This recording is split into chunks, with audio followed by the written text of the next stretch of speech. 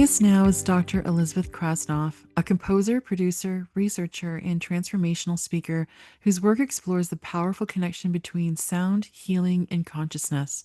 She holds a PhD in transformative studies from the California Institute of Integral Studies, where her research focused on how auditory binaural beats impact consciousness and the nervous system.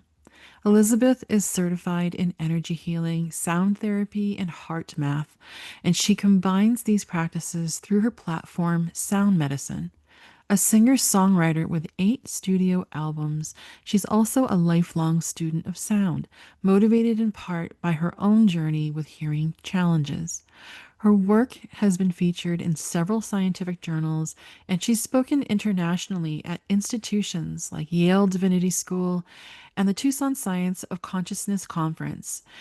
In everything she does, Elizabeth brings a heart centered approach to calming and regulating the nervous system. Please enjoy this discussion with Dr. Elizabeth Krasnoff.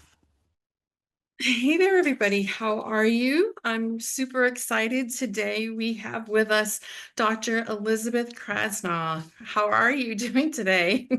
Hi, Nancy. I am really excited to be a part of this incredible offering that you've put together. Thank you for having me.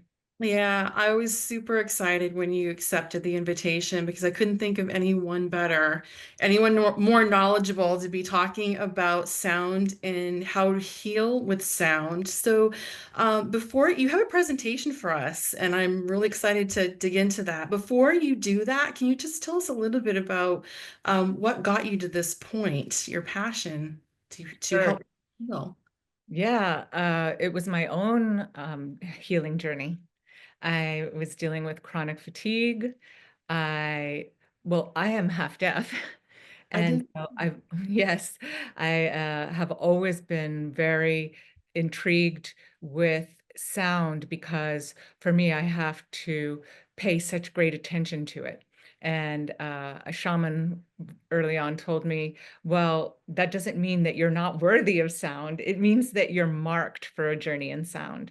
And so as I went through learning all of the different healing modalities and getting a PhD in myself, right, which is what we all have to do on the healing journey, I realized that my modality of healing was sound.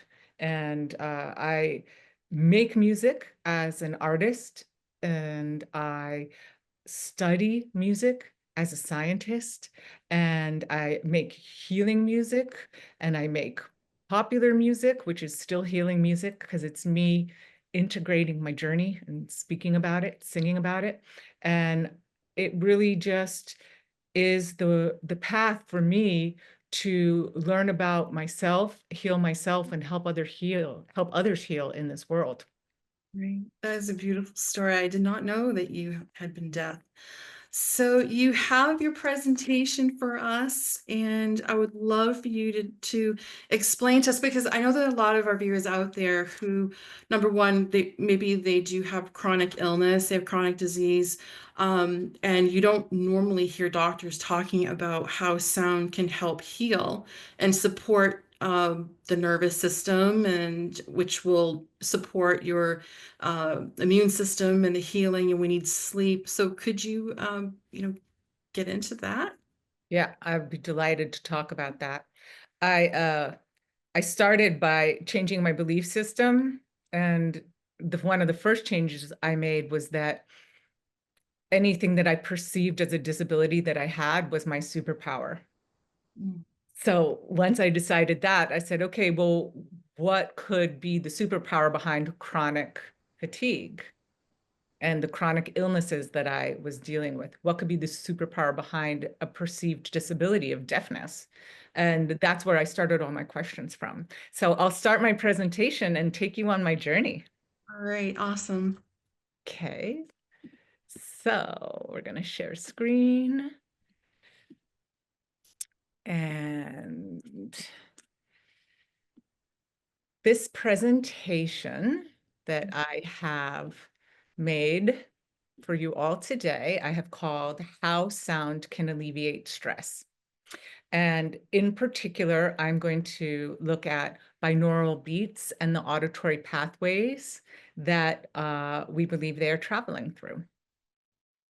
So I told you a little bit about myself. To get more technical, I'm a certified intuitive counselor, a sound practitioner, a heart math practitioner, a shamanic practitioner, and a doctor of transformation. My PhD, my dissertation was in transformative studies, and the specific topic was binaural beats and the ability of sound to change the states of consciousness of the human nervous system. It was the first PhD done in the field of binaural beats. So I really wanted to make a contribution because I honor intuitive healing, very much so. I'm trained in it. And I also honor taking a deep look at the facts of what nature and physics has put in place for us. And it's the intersection of those two that I find so powerful. So to that extent, I have been studying binaural beats for almost 10 years. I have the dissertation. I have 2 published peer-reviewed journal articles, and I did my own study in lab to test my formulas. So I'm speaking also from the experience of having scientifically studied these formulas. So I do want to say up front, in the interest of being a ethical scientist, that I use binaural beats on myself, and I make and sell music with binaural beats in them.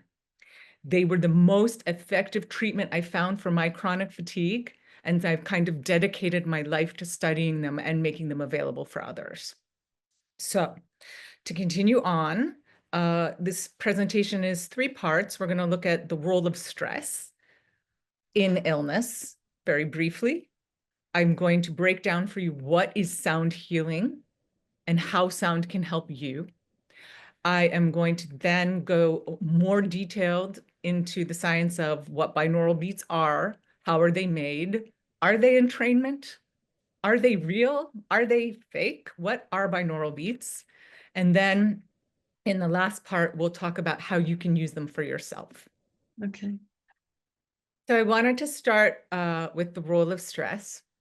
The Okay. first really important book I read on how sound healing could help someone who's recovering from cancer treatments was by Dr. Mitchell Gaynor, who was a really groundbreaking oncologist who used sound to help his cancer patients heal. So if you're really interested in sound, Google him. He has a lot of books. He has a lot to say on the topic. And so many patients that he helped in his time when he was alive. Uh, the American Institute of Stress is also a great resource for you. You can really see a lot of the links between stress and illness on their website. They present a lot of research. Chronic stress can affect your overall well-being, with symptoms impacting many of your body systems. In terms of stress and illness, I looked up a number of studies, and evidence relating stress with illness has emerged from a variety of experimental, clinical, and epidemiological research strategies. So you'll find a lot of science to support the link between stress and illness. This is for those of you that are intellectually minded. Some people are more emotionally minded. I am kind of both. So I need to know that there's serious studies that support these ideas. And for those of you that need that, there are. You can Yeah. go on Google Scholar and type in any keywords, and you'll see what's real very quickly. Right. And then the last point that I wanted to bring to your attention was specifically cancer and stress. Stress management interventions are key for cancer patients who are dealing with chronic stress, distress states, coping, and social adversity. So you're getting a number of different stress presentations, and it's really, really beneficial to find techniques of stress management that work for you. Okay. I want to start with some basic sound healing terms for you that will allow you to follow along. When you talk about sound healing, you're talking about vibration. We're talking about waves of sound. They're pressure waves. A vibration is an oscillation. It's a movement back and forth across a midpoint. Mhm. So frequency is how fast the vibration moves. When we talk about frequency, we're measuring that in hertz. 1 hertz is how fast a frequency moves across a midpoint. And to give you a visual, think about your heartbeat. Your heart beats once every second. That's a 1 hertz cycle. When you sleep, your brain is in delta. We'll cover that, the delta frequency, which is a 1 hertz cycle. So it's really slow, like your heartbeat. By contrast, light is incredibly fast. Violet light is something like 7 times 10 to the, and it's 7 billion something frequencies per second. Light is exceptionally fast. Sound is very slow. It's sort of human pace. Okay, energy is the power to do work represented by vibrations. So when we talk about energy healing, we're talking about the power of healing by moving the energy in your body. Rhythms are patterns of oscillations in time. So a rhythm will be several oscillations in sequence. Mhm. Consciousness is awareness or the creation of a relationship. Think about I become conscious of you, you become conscious of me. A channel has opened up between the two of us, and we're now conscious of each other. This is a very basic definition of consciousness, but it works for our purposes here. So the next slide, we're going to put all these terms together in a definition of sound healing. Okay. So sound healing is the educated and conscious use of the energy of sound to reach identified goals and promote wellness in the human system, including the expansion of consciousness. So we're basically going to use the energy, the power of sound to do work in a conscious way to promote wellness in the human system, including the expansion of consciousness itself. Because anything that brings you present is going to expand your consciousness. So does anybody know about binaural beats? What is this tool? Who's actually using this? There was a study in 2021 from the Global Drug Survey that showed in across 30,000 people in 22 countries, 72% of the respondents are using binaural beats to help relax or fall asleep.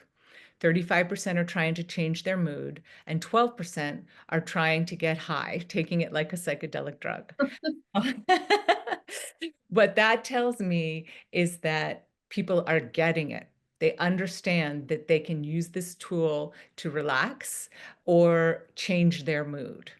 And that's really good news. If you go on YouTube and Google binaural beats, you will get millions of hits. Uh, Mhm. each day it's different, but some days I've seen 35 million, some days more. People are very interested in this technology. Nancy asked me, how do you know if those YouTube binaural beat songs are real? The answer is you don't. I personally don't use the tracks from YouTube or Instagram or anything, or TikTok or anything like that. I tend to use companies that have scientifically validated formulas and can show their work. We'll talk about that more later. Entrainment and resonance. Okay, you guys are going to become scientists now. I'm going to make this real easy for you. But basically, sound healing is using these two principles of entrainment and resonance to direct the body's use of energy to organize and regulate the rhythms of the body. Your body is all rhythms. Your heart is the drum.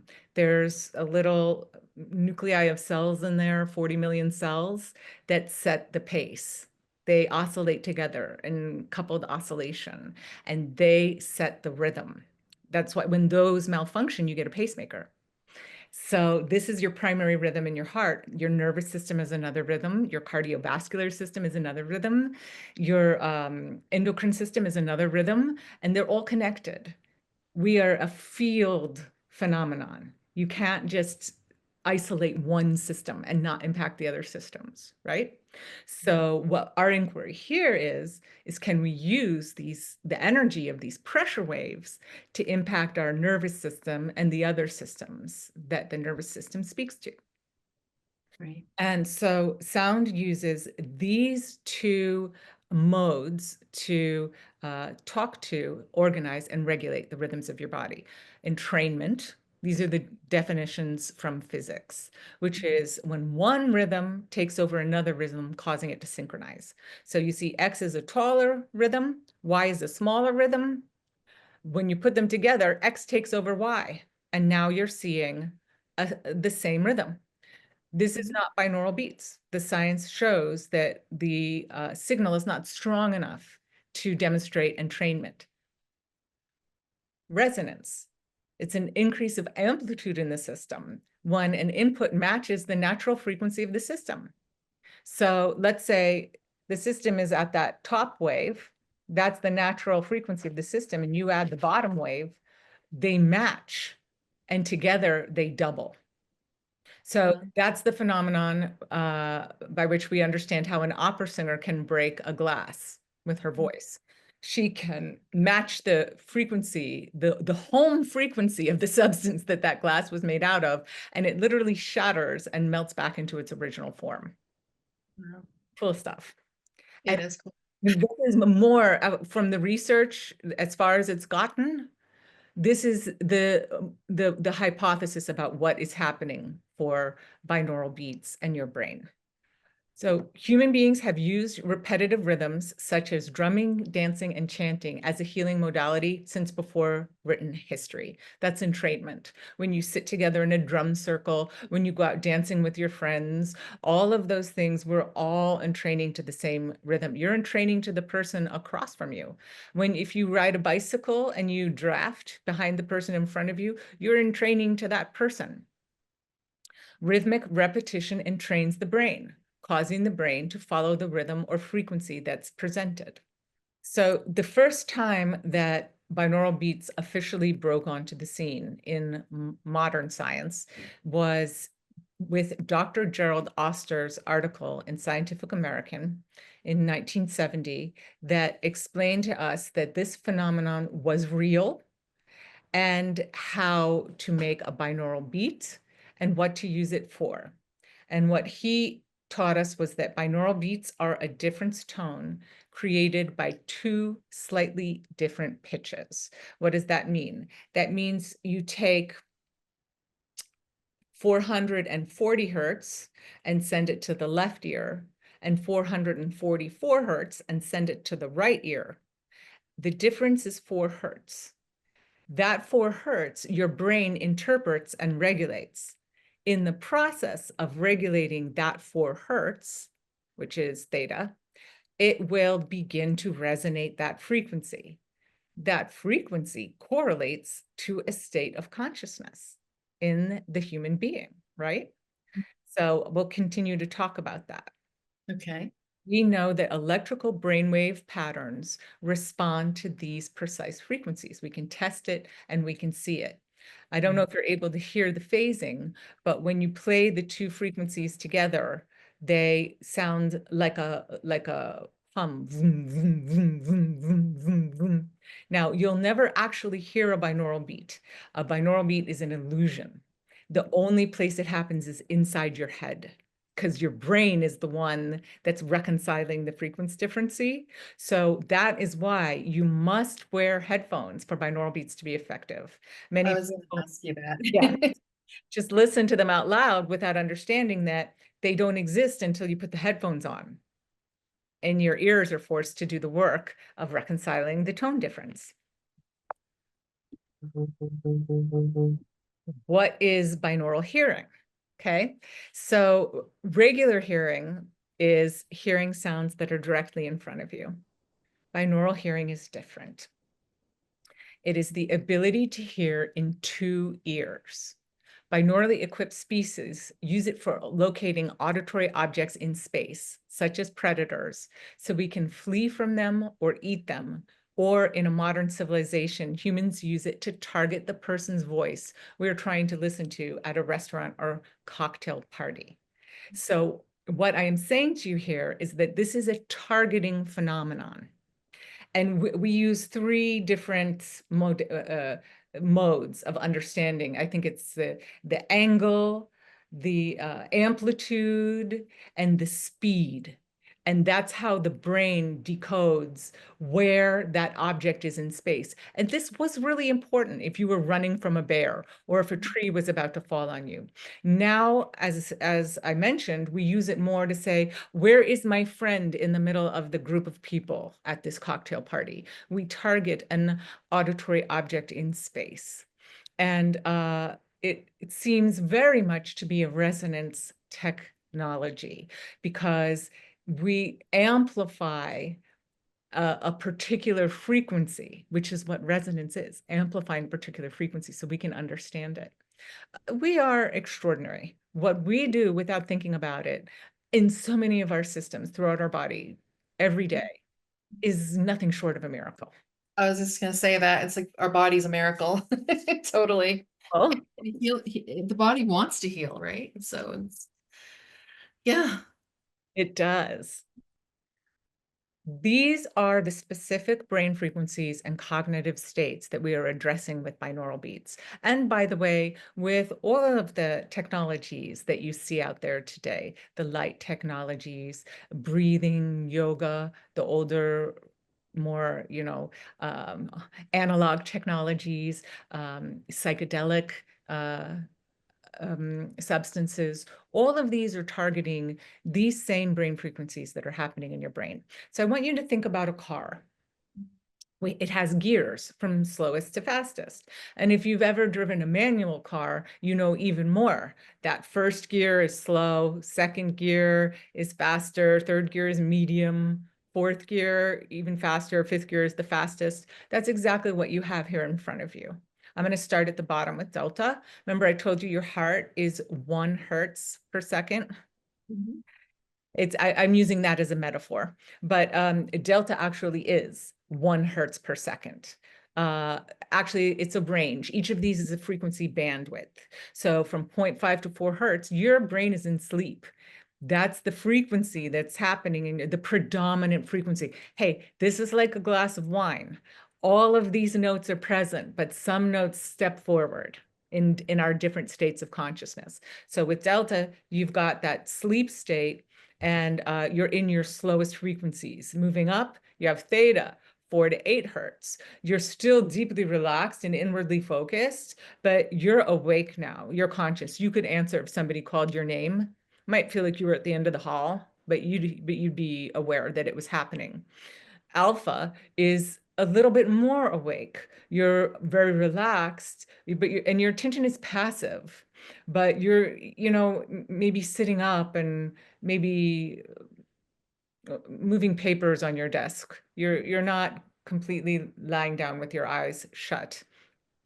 And that, by the way, is why I recommend for healing from an illness to use a relaxation formula, which is going to be here in alpha theta. You're probably already thinking, "Oh, is that where I should be?" Yes, that's where you want to be because what is healing, it is only ever one thing. It is becoming present, absolutely present in this moment now with your pain, with your frustrations, with your successes, with everything. And it is only in that place of true presence, as Eckhart Tolle teaches us so brilliantly, that we can make the decisions we need to make going forward for ourselves.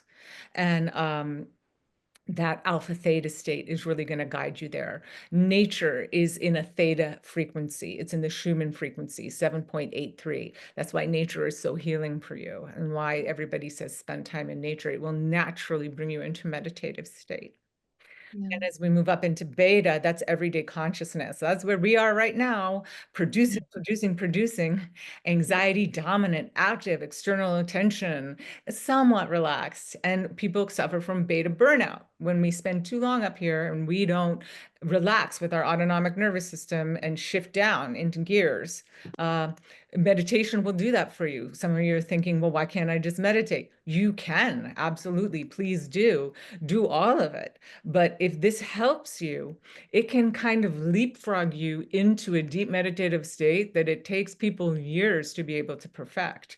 So if there is a tool that can support you and move you along your path faster, use it. The Mm. highest one is gamma, that's concentration, that's epiphanies, deep, like a flash of, um, understanding something for the first time, or deeply, when I read my neuroscience studies, I tend to have gamma for a little while playing in the background. The formula I make for focus, I've actually ended up with beta alpha. That's a little more for me. It gives me just the right amount of focus, but some relaxation too, so I can focus in a calm way for extended periods of time. Okay, we're going to move on. Yeah, my daughter needs that. She's in college, so she she just wrapped up her study, her testing actually today. So this would be great for her. I make these for my son's friends. My son's in high school, and they use my beta alpha formulas, a lot of them with ADHD, to help focus. And Wow. there are some good clinical studies showing that these frequencies are very supportive for ADHD. And yeah, if you're going to have a cup of coffee, have a cup of coffee, but also use your binaural beats. Those things Yeah. help. Okay, now we're going to look at the auditory pathways. The primary auditory pathway, which I mentioned, is when sound is directly in front of you. The non-primary auditory pathway, which is how we think we're hearing binaural beats, and the hypothesis for where that is happening, which is the reticular activating system. And then I'll go into detail into what that hypothesis is. Okay. So here's a really cool image of your brain. Sound comes in through your ear. It goes through 4 energy transductions, which is incredible. It's a wave in the air, right? Mhm. And then it hits your ear and it becomes uh, a knocking sound. So it becomes mechanical waves. Then in the cochlea, that's translated into the water. Your cochlea is filled with water, and then it becomes water waves at the other end of your cochlea. Then it becomes an electrical signal that goes into your brainstem. So if you look at the slide here, I just described what happens from the air in through those little ear mechanical uh, pieces of wonder. And then you end up at that blue dot there. That's where it becomes electrical. And that's your cochlear nucleus. Right down in the middle of the head there, or in between the ears, correct? That's right, Oh, right, dead center, those blue dots. yeah, yeah. That's Wow. the beginning of the path of sound up your brainstem. Wow. And it goes to the superior olivary nucleus up through, those are the green dots, Mhm. the inferior colliculus, the orange dots, the yellow dots, medial geniculate nucleus. That's up through the hypothalamus. Mhm. And then it travels out to the edge of your brain. So here's something cool for you. You don't really hear in your ears in this cartilage.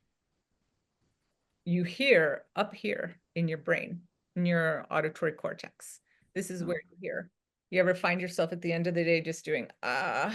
Yeah, I do. This is where you process sound, right? And then there's actually a second auditory pathway where your brain sends that sound back down out to your ears. And here's something really wacky. Your brain tells your ear apparatus how to interpret the sound. Oh, wow. Each sound experience is unique and Mhm. based on you and your experiences in this lifetime. We all hear sound different, and you are constantly in that feedback loop coding yourself. Consciousness is reflexive. There is the consciousness that we send out, and then there's the consciousness that we receive that comes back in and informs us. So the big argument is consciousness generated in the human brain, or is it out there in the world and we're a receiver and we receive it? Well, the auditory pathway would indicate that it is both and. We are Both. both sending and receiving. We are Wow. reflexive, Wow. the consciousness loop. So we have in our studies traced binaural beats up to those green dots, the superior olivary nuclei, Mhm. and then we've traced them again out at the auditory cortex. They do that by studying inside the brains of cats, actually, is how they Mhm. know. They put electrodes there. And the middle part is a bit of a mystery still. The middle part is still a hypothesis. Yeah. Any questions here about hearing, Not yet, other than this is just amazing stuff. right? So complex. That middle part, that hypothalamus, Mhm. is considered sort of it's called like the searchlight of consciousness. Mhm. It's where we process all our internal sensory information, our external sensory information, and it's giving instructions to our body all the time. And it regulates our states of consciousness. It's like telling us sleep or relax or focus. So that's where we're going next. Okay, good. We all need more sleep. The hypothesis here is that the binaural beats are coming into that center area, the reticular activating system. It's a neural network in the hypothalamus, and it is causing us to change our states of consciousness through the signals that come from this area of the brain. And the support that I see for that hypothesis is that if you look at the three states that the RAS governs, Mhm. it is the same states that we see binaural beats activating, that we see our binaural pathways activating when we break it down and look at what frequencies they're generating and how that's impacting us, right? It's impacting is we're either awake in rest in the middle state or asleep in the deep sleep state. So there's so much more to say about this, but for now, I'll just leave you with there's very strong evidence to suggest that this is the part of your brain that binaural beats are being activated in. Wow.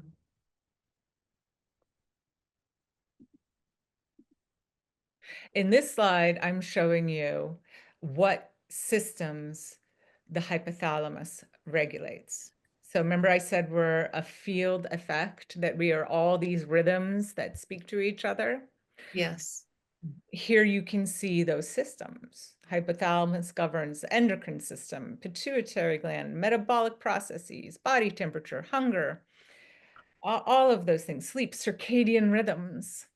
And it also governs the ANS, the autonomic nervous system, Mhm. which is what we are looking to influence, which influences your heart, your digestion, respiratory rate, all these things, fight or flight. So when I did my study, I'm looking at the cardiovascular system. I'm looking at all the other systems saying, did these binaural beat frequencies travel through all these complicated systems in my brain and impact my cardiovascular system, impact my, that's the heart, that's the first one. Did it impact my pulse, and the fight or flight response, did it calm me down? Do I see my brain calming down? Right. It's almost like how could it not calm you down? Those those Yeah, very much beautiful beats so. and rhythms, yeah. It's worth noting often with no side effects. We have no side effects for this technology. Right. It's amazing. So this is that correlation I was talking about. The waking correlates to those top two most awake states, gamma and beta. Slow wave sleep resting, that's your alpha, Mhm. beta, and asleep and dreaming, that's your delta, right? Mhm. So those are sort of the three basic states your hypothalamus, your thalamus are sending your body into that gateway of consciousness. Conscious states are simply the gradation between sleep and awake. Okay, on to the next. Here, I wanted to share with you some of the studies that I used in my dissertation. These are the states that you can scientifically say are being affected by binaural beats. And look, they match all those systems that we just looked at. Sleep, we see, is positively affected. Anxiety, stress, brain function. So those first, so sleep is sleep, anxiety and stress, those are going to be your alpha theta states, bringing you back to calm. Brain function, attention, cognition, memory, those are going to be your focus states. Again, another study on the nervous system. Trance meditation, those are going to be your lower states, theta. Analgesic, that's going to be alpha theta also. When we relax, we don't feel pain as much, is what some of these studies are showing us, Right. which is I was, I mean, analgesic, that's aspirin. The aspirin effect, right? exactly. A dentist found that when he played binaural beats music for his patients, they did not require as much anesthetic because Wow. they were more relaxed. Right. And when we're more relaxed, we don't feel the pain so acutely. It's amazing. I now wear binaural beats every time I go to the dentist. I'm a huge dental chicken. Yeah, I am too. I really need the support. That's really good to know. Really good to know. And there are, I mean, there's so many more studies. I just put a few up here for you. Mhm. But these three were medically validated uses. Anxiety, depression, and pain were all shown to be positively affected Right. by binaural beats.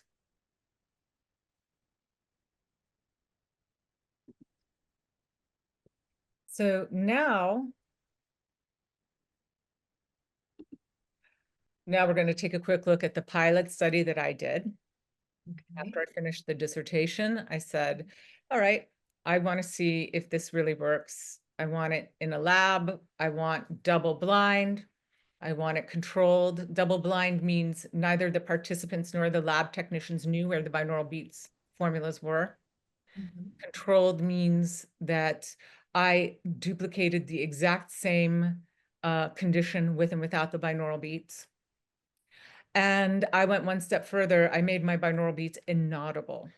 You could not hear them, based Ooh. on the research of Dr. Oster, who had one frequency out of audible range, and he still got his results. So Wow. I said, well, if this works, it doesn't need, a lot of people just listen to the raw binaural beat. I don't know how you do that. That is so disturbing and stressful to me to Yeah. turn that up, Yeah. turn up the dual frequency Mhm. and let it pulse. I that would stress me out to no end. Some people do it just Jack. that's not our goal here. Some people listen to it just with pink noise or brown noise. I can't take that noise for that long. I use brown noise at night to sleep. I absolutely do. But it's something that goes back in my consciousness. I'm not actively listening to it. I prefer, so, okay, brown noise, pink noise, white noise, what is that? It is a full spectrum sound, like you would hear in a therapist's office in a waiting room. It just goes, it has all the frequencies in it. And so it's used in binaural beats formulas to more effectively carry the formula along. And so pink noise was shown to be very effective in a number of studies. I use brown noise because it's even softer. Yeah. And so I studied the exact formula that I'm recommending for stress relief, the alpha theta study, with 4 participants, which is why we call this a pilot study. You cannot Mhm. reach statistical significance with 4 participants. For those of you who are science heads out there, yes, I know that. But what you can do is get really clear on how you can study this particular technology. How can we study it? Where do we need to look? Where should we put our money when the money comes in to get a big 100-person study? Right, right.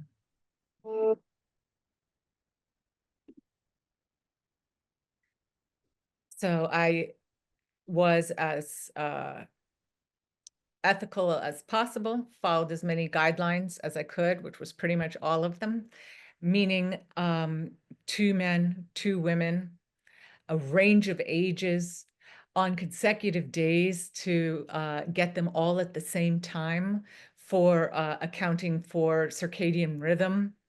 And I wanted to test a formula that was designed to produce a meditative state of consciousness for people who were looking to reduce the stress in their life. Now, the 4 conditions I used were brown noise by itself, Mhm. brown noise with binaural beats. Now, again, nobody knew which was which. Then I used a musical track by itself with brown noise embedded. And then for my 4th condition, I added the binaural beats. I used the gold standard for measuring what was going on, the EEG hat. I used a Menla scan, which was measuring cardiovascular, your heart, your autonomic nervous system, your microcirculation. And I studied energetically your subtle energy with a machine called GDV, gas discharge visualization. And then I also used for subjective measurements the Big Five inventory. It's how you study character, personality traits, and then a self-assessment. So I really covered every angle I could, so I would know what was going on. Impressive.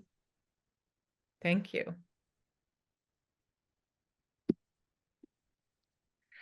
This is what the EEG hat looks like. Mhm. I used the Wavy P300 brain mapping system. It's a measure of brain response speed and attentional resources. If you look at the numbers over on the right, you'll see the point right in the middle is the CZ point. Mhm. So I Yeah. have measurements for that point.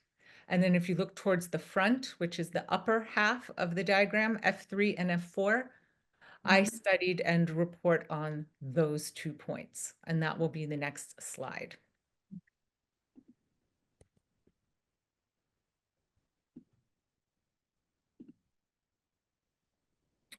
So essentially, what you want to look at here is that when that CZ numerical measurement lowers, it is the clearest indication that the brain calms down. So you want to see between session 1 and session 2, the binaural beats are in session 2 and session 4. Those numbers are bolded. You want to see them lower. And in 7 out of 8 conditions, we saw what we expected to see. The numbers lowered, indicating that the brain was calming down. In the F3, F4 alpha assessment score, what you want to see is an increase, which indicates a positive processing mode in the brain. A decrease indicates a more negative processing mode. And in 7 out of 8 assessments, we saw a positive increase. The decrease in session 2 there was very clearly explained by the participant who wrote in their self-assessment that they could no longer sit still and listen to brown noise by itself, and they felt like they were in a cage and they needed to get up and leave the laboratory. So I was not surprised a negative processing mode in that particular measurement. And I was very heartened to see positive processing modes in the other 7 out of 8 measurements. Now,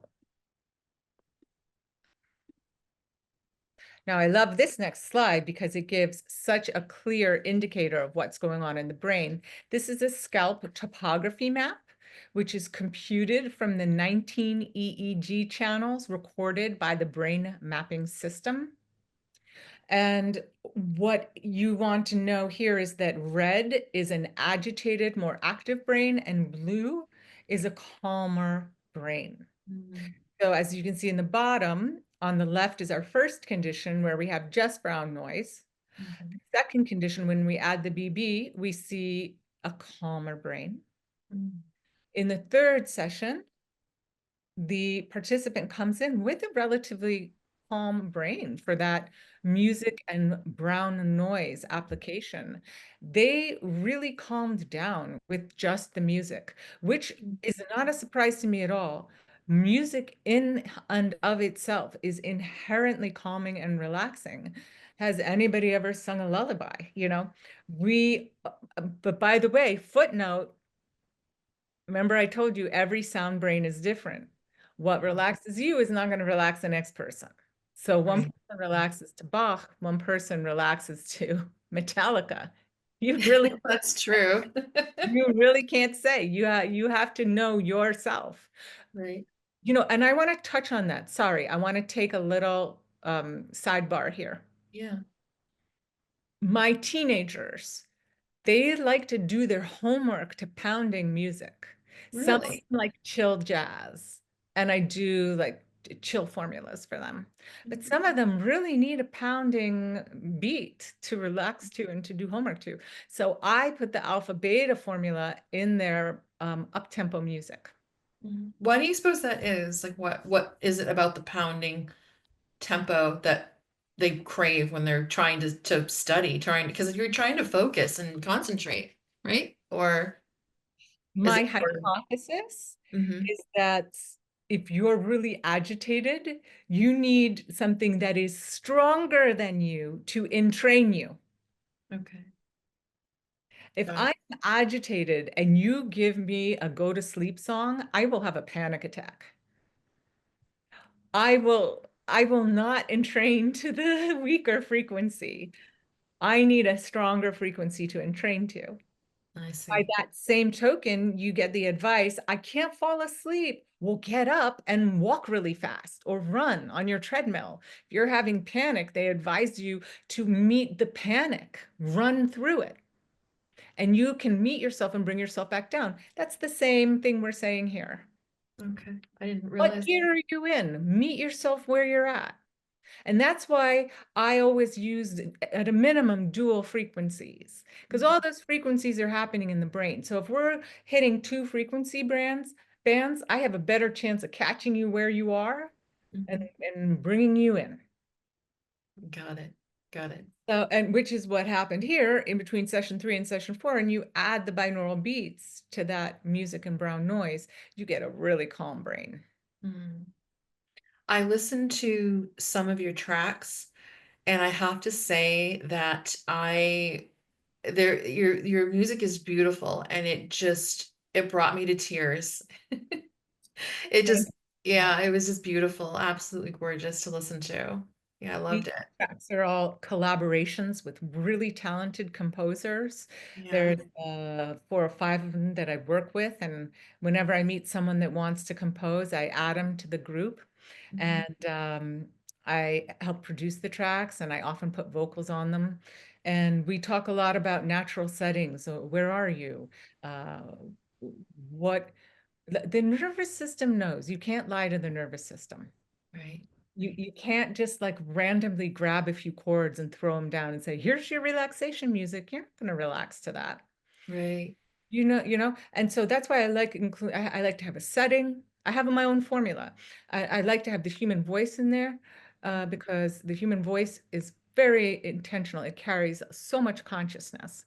Yeah. Uh, and so I particularly like that avenue of sharing the intention and the frequency. Um, so I really appreciate your comment. These tracks are extremely intentional. Yes. They're so unique and beautiful. Thank you. So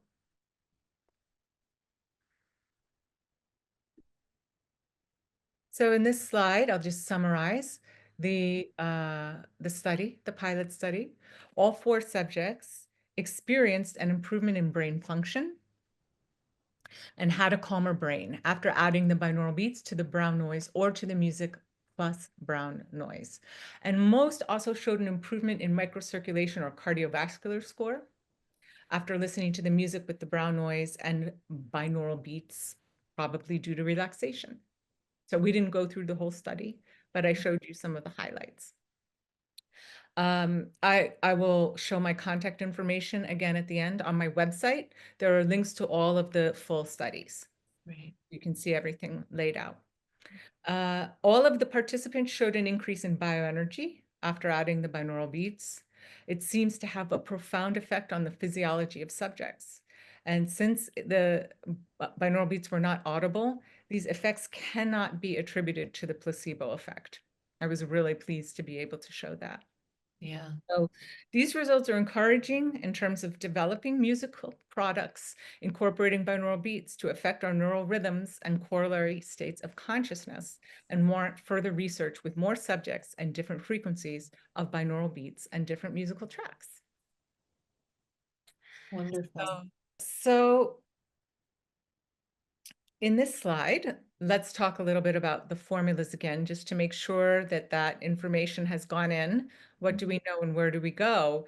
If you need help going to sleep, you want to select a delta formula. Again, I do delta theta because I like to blend the formulas.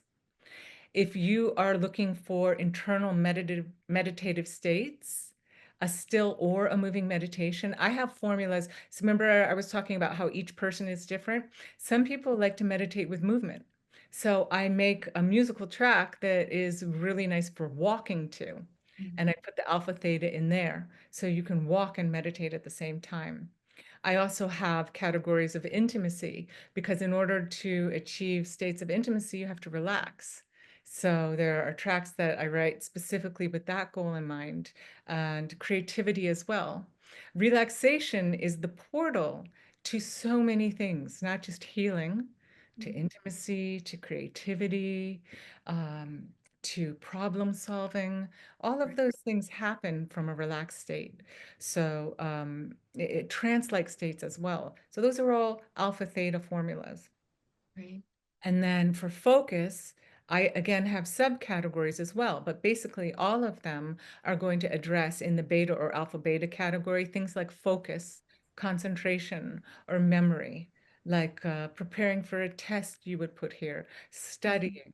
I have a formula called success, you know, when you really just want to be completely centered and grounded and anchored before you engage in your activity, whatever it is, whether it's a sports activity or a presentation or um, an important conversation, uh, deadline at work, all of those things fall in this area.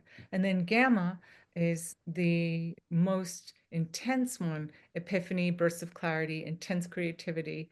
I haven't really made formulas with gamma because I like the focus of beta. I could make a formula with gamma if someone requested it. Um, but I found for me, it was like having 2 cups of coffee and I only needed one. Right. But, you know, it's effective if that's the right frequency for you. So you Right. just ask yourself, you know, always ask yourself, what gear am I in? And Mhm. where do I want to go from here? Right. If I'm in 1 and I need to get to 5, start with 2, 3. Okay. And then move up, you know. If Mhm. I'm in 5 and I need to get to 1, I'm not going to be able to just sit with a 1. Right. Take a walking meditation with alpha theta to slowly bring yourself down. All sleep experts, I mean, sleep is so important. I just saw a study that said even 3 nights of sleep deprivation start to impact your scores, Oh, absolutely. activity. For And me, one. So it's I, impacting my score. so, you know, they say give yourself an hour. I've been to several sleep hospitals with my son who had sleep apnea. Give your sleep hygiene is so important. You want to start an hour before you go to bed. No Right. more of those screens, no more of the blue light is what is morning. Blue is morning. It wakes us up. Now we're back into light frequencies. Red and orange, the sunset colors are what you want in the evening. And Right. so for a full hour, you want to start letting yourself shift down, you know, Right. so you might at the beginning of your bedtime routine, if that's when you meditate, you might do an alpha theta meditation then. Mhm. And then an hour later, when you go to bed, you might put on a delta or delta theta meditation to go to sleep. Right. Doctor, are you familiar with what Tradica is? It's the candle gazing technique. It, I will look it up. I will research it for you. Tell me a little bit more about it. yeah, so Vedic methods, some doctors use something called Tradica. It's candle gazing and it's geared towards um, helping you improve your focus and your memory. I don't know exactly how it works. I'll have to give you some more information after we're done, but I would love to have you create a track with that someone can listen to while they're doing candle gazing. You know? That's such a great inquiry. And I'll just bring the point home again. All these techniques are synergistic. What Mhm. that means is that when you stack them, they become more powerful. Yeah. So I have from my shamanic uh, teachings a meditation in which you stare at the candle, and they use that to bring you into the present moment. Mm, Very calming. And well, in the shamanic perspective, the fire is also someone you can talk to. It's yeah, a wonderful place. It's almost a confessional, if you yeah, will. yeah. And yeah, and yeah, so but I can see very easily if you put that EEG cap on and tracked someone while they were candle gazing, you would see those same results. You would see the brain and the nervous system calm down and those alpha theta frequencies begin to predominate. And adding the binaural beats, that'd be very successful. Yeah, happy to create a candle gazing track. I think that's a beautiful idea. Yeah. It also works for eyesight. It's supposed to help your eyes increase, you know, benefit your eyesight. So we're gonna try it out. Excellent. Yeah. Okay, move to the next slide. Mhm.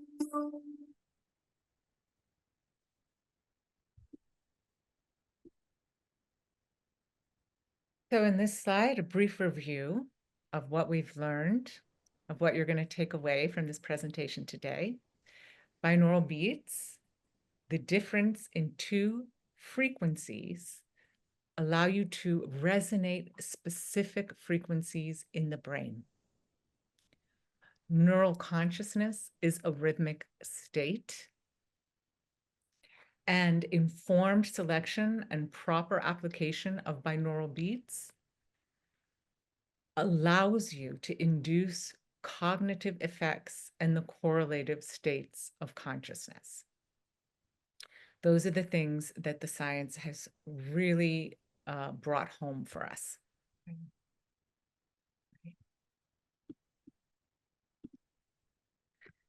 If you would like to try one of my tracks, you can go to my website, sound-medicine.com. You will get a free binaural beats track when you sign up from the newsletter. And you can also sign up for the app. It's on the Apple Store and the Google Play Store. There's lots of links to get to the app from the homepage of my website. And it's free for the first 2 weeks. So you can preview all the different categories and see if this is something that will be helpful to your toolkit. There's just a sampling. And then when you sign up, there is a much fuller offering. And then some of them are also on my YouTube channel with videos. So you can preview and see what might work for you there as well. And the next three tracks are all, the next three slides are all the references. Mhm. So I'll just show you for fun one of the pages, but there's three of these pages Yeah, yeah, of all the. yeah. You brought the receipts. I brought the receipts. I'm ready for April 15th, ready for tax day. Yeah. And I want to say, I want to say thank you to Nancy for the extraordinary work that she's doing for all of us. Thank What an you. angel amongst us. Thank And I just know that You're going to get exactly what you need at the All Against Cancer Summit this year. Keep taking care of yourself, keep advocating for yourself, keep reaching out and going on your journey. Absolutely. I'm just changing slides here. This is my contact information again. If you'd like to reach out to me, I'm also happy to review any Binaural Beats app that you're using now and help you take a look at it. And in general, answer any questions about sound, the auditory brain, and the ability of sound to change our states of consciousness. And so that's it for me. I'm going to unshare my screen and pop up and see if there are any more questions for me from Nancy. Thank you, Nancy. Thank you so much for joining us. Yeah, no, I'm glad that you brought the receipts with you because there are a lot of people out there who they're a little bit skeptical about using sound as medicine, right? But no, I mean, this is powerful, powerful stuff. And just the fact that you can break glass using your voice, that's the proof right there that there is something to this. So I really applaud you for all the work that you're doing and you're helping people. So somebody who is suffering from pain, insomnia, they could just contact you and you could do like a custom series for them so that they can, listen to certain things, certain types, times of the day. Mhm. Yep, I could do that. The options would be to sign up for the app and use all the stuff that's on there. Or if you want custom formulas, I can make custom formulas and custom tracks. That's Mm. pretty easy. That's something my composers love to do. Right, right. And you said how many composers do you have approximately? You've got 4 or 5 of them right now? That's right. Wow. And I'm actually going to send you a copy of my notes so that you have all of the studies and all of the things that we've spoken about today. And I'm happy to email that to anybody as well that would like to see all of the references and look Wonderful, more. wonderful. Well, okay, doctor, thank you so much for joining us at the summit. And we are, just so that everybody knows, Dr. Krasnoff and her amazing team, they're going to create a track specifically for us so that we can relax and get some sleep, hopefully, Our gift So, to Nancy and all of you. yes. So we're really looking forward to hearing that. It's going to be great. You got this. Thank Together we can do hard things. Absolutely, 100%. Thanks again for joining us. Thank you so much, Nancy. It was my honor.